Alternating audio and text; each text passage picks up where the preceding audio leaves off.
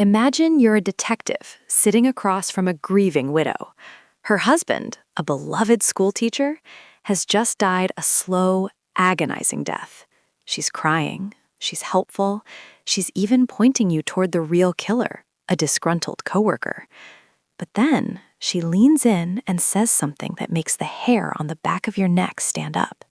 She mentions a specific poison, a poison that hasn't been found in the body yet, a poison that nobody but the killer could possibly know about. "I would think so," she says calmly. "People get poisoned by it all the time. It doesn't take much." At that exact moment, the room goes cold. The detectives realize they aren't talking to a victim. They're talking to a predator who is so overconfident she's literally narrating her own crime. This is the story of Angelina Rodriguez, a woman who viewed marriage like a business merger and murder like a promotion. She thought she was the smartest person in the room. She thought she had committed the perfect crime. But as you're about to see, her own ego was the one piece of evidence she couldn't hide. By the end of this story, you'll see why even the most seasoned investigators were shocked by how far she was willing to go, including using her own 9-year-old daughter to deliver the fatal dose. Welcome to True Gruesome Crime Stories. Today, we are dissecting one of the most calculated Black Widow cases in American history. On the surface, Angelina and Frank Rodriguez were the picture of a happy, newlywed couple. They had only been married for 5 months. Frank was a dedicated special education teacher, a man who spent his days helping troubled kids. Angelina was a fellow educator.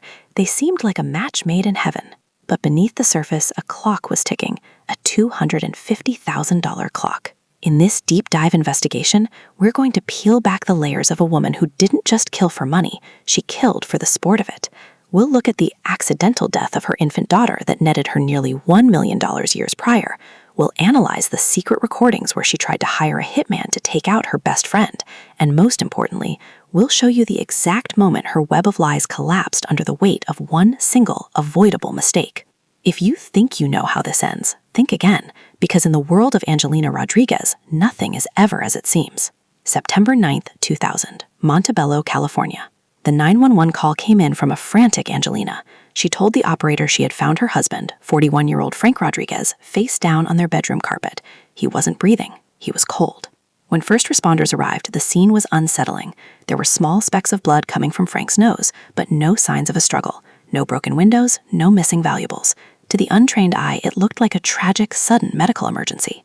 Angelina had a story ready. She told police that Frank had been sick for days, severe stomach pain, vomiting, diarrhea. She claimed she had even rushed him to the emergency room a few days prior, but the doctors couldn't find anything wrong. But here's the first red flag that the detectives missed in the chaos of that morning. If your husband is dying a slow, visible death in front of you for 4 days, why are you only calling for help when he's already cold on the floor? Angelina explained that Frank had recently returned from a stint at Angel Gate Academy, a training camp for troubled youth. She hinted that something had happened there. She suggested that Frank had made enemies. She was already planting the seeds of a conspiracy. She wasn't just a grieving widow. She was a director, and she was about to start filming her masterpiece. While the police were looking at natural causes, the toxicology report was brewing a different story.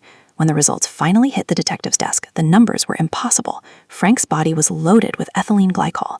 For those who don't know, that's the primary ingredient in antifreeze. It's sweet to the taste, clear, and absolutely lethal. It causes the kidneys to crystallize from the inside out. It's a slow, agonizing way to die.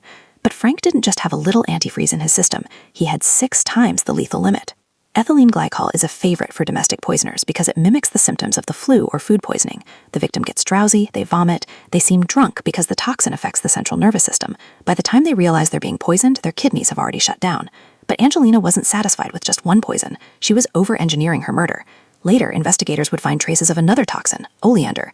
Oleander is a common backyard shrub in California. It's beautiful with pink and white flowers. It's also one of the most poisonous plants on Earth. Just a few leaves can stop a grown man's heart.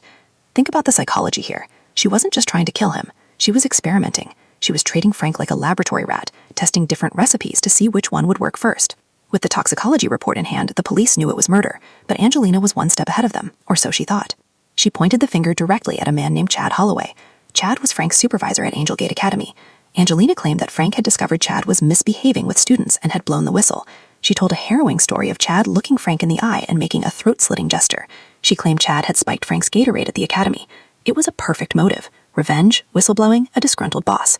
The police did their due diligence. They brought Chad in. They grilled him. They looked for the poison, but they found something else instead. They found that Chad Holloway had an iron-out alibi. More importantly, they found that Chad had no idea Frank was even going to be at the academy on the day he was allegedly poisoned. Frank's visit was a last-minute, unrecorded chaperone job. If Chad didn't know Frank was coming, how could he have planned a sophisticated poisoning? The detectives started to realize that the person providing all the evidence against Chad was the same person who stood to gain the most from Frank's death. This is where the high-stakes game of cat and mouse truly begins. Angelina started calling the police station every single day. She wanted updates. She wanted to know if they had arrested Chad yet. To the detectives, she didn't sound like a widow seeking justice. She sounded like a project manager checking on a deadline. Then, on October 19th, Angelina made a call that changed everything. She told Sergeant Holmes that she had received a mysterious anonymous phone call. She claimed a stranger told her to tell the police to look for antifreeze. Wait, stop. At this point in the investigation, the police had not released the toxicology results. Nobody outside of the lab and the inner circle of the police department knew about the antifreeze. By suggesting the police look for it, Angelina thought she was being helpful. In reality, she was holding the smoking gun. Sergeant Holmes immediately pulled her phone records. He checked the window of time she claimed the anonymous caller had reached out. The result? 0 incoming calls. Angelina had hallucinated a phone call to feed the police the information she wanted them to have. She was so desperate to frank Chad that she forgot she wasn't supposed to know the cause of death yet. While Angelina was busy faking phone calls, the detectives were busy talking to her friends, specifically a woman named Palmera Gorham. Palmera dropped a bombshell. She told police that back in July, 2 months before Frank died, Angelina was over at her house making a milkshake. Palmera asked who it was for. Angelina said, "It's a special milkshake for Frank." Palmera asked, "Is he sick?" Angelina looked her dead in the eye and said, "Not yet." That 2-word phrase, "not yet," is the ultimate proof of premeditation. She wasn't reacting to a situation, she was scheduling a death. But Palmera had more. She revealed that Angelina was having an affair with Palmera's nephew, Lauren. Angelina had even told Lauren that she tried to kill Frank by loosening the gas line in their garage. Detectives checked the records. Sure enough, on September 3rd, Frank had called a technician to fix a gas leak. He had survived the gas. He had survived the not-yet milkshake. So Angelina decided to go for the sure thing, the red Gatorade. Perhaps the most heartbreaking part of this entire case involves Angelina's 9-year-old daughter, Autumn. When police finally sat down with the little girl, they asked about the night Frank died. Autumn's memory was vivid. She remembered her mom preparing a bottle of red Gatorade. She remembered her mom telling her, "Don't touch this. This is only for Frank." Even more chilling, Angelina actually asked Autumn to help her feed the drink to Frank while he lay in bed, too weak to move. She was using a 9-year-old as an unwitting accomplice to murder. Autumn told police that her mom said they needed this because money was tight. This wasn't just a murder. It was the corruption of an innocent child for the sake of a $250,000 insurance policy. As the investigation deepened, the detectives started looking into Angelina's past, and what they found suggested that Frank Rodriguez wasn't her first victim. Years earlier, Angelina had a daughter named Alicia with her previous husband, Tom. Tragically, Alicia died after allegedly choking on a pacifier. Angelina didn't just mourn, she sued. She claimed the Gerber pacifier was defective. She claimed it had failed. She ended up winning a massive settlement, $750,000. When Frank's death came to light, Tom, the ex-husband, began to rethink everything. He remembered how Angelina seemed more focused on the lawsuit than the loss. He remembered the calculations she would make. The police realized they were dealing with a serial profiteer, a woman who discovered early on that death, especially the death of a loved one, could be the most lucrative business of all. In February 2001, the clown was finally put in a cage. Angelina was arrested and charged with capital murder. But even behind bars, she wouldn't stop. She knew Palmera Gorham, her former friend, was the key witness for the prosecution. Palmera knew about the not-yet milkshake. Palmera knew about the affair. If Palmera testified, Angelina was going to the death chamber. So Angelina did what she does best. She looked for a way to solve the problem. She approached her cellmate, Gwendolyn Hall. She offered Gwendolyn $20,000 to kill Palmera once Gwendolyn was released. Angelina gave her a detailed map of Palmera's house. She told her the best time to do it, right after Palmera dropped her kids off at school. She even suggested overdosing her with heroin to make it look like an accident. Gwendolyn Hall wasn't a killer. She was a witness. She went straight to the authorities. The police decided to give Angelina exactly what she wanted, or so she thought. They orchestrated a fake hit. They took Palmera, put her on a bed, and used movie-grade makeup to create a fake bullet hole in her head. They splashed fake blood everywhere. They took a photo of the corpse. An undercover detective posing as a hitman named Antonio went to visit Angelina in jail. He showed her the photo. The reaction from Angelina wasn't horror, it wasn't guilt. She looked at the photo of her dead best friend and simply asked, "Where did you get those?" She was ready to go home. She thought the only person who could stop her was gone. She didn't realize that the hitman was a cop, and the body was waiting in the hallway to testify against her. The trial was a circus of manipulation. Angelina tried to claim she was the victim. She tried to claim that Chad Holloway had somehow managed to poison Frank from afar. But the evidence was a mountain. The antifreeze, the oleander, the insurance policy, the gas leak, the fake hitman, and the testimony of her own daughter. When the jury returned a verdict of guilty, Angelina remained eerily calm. but it was her statement to the court that solidified her place in the house of infamy.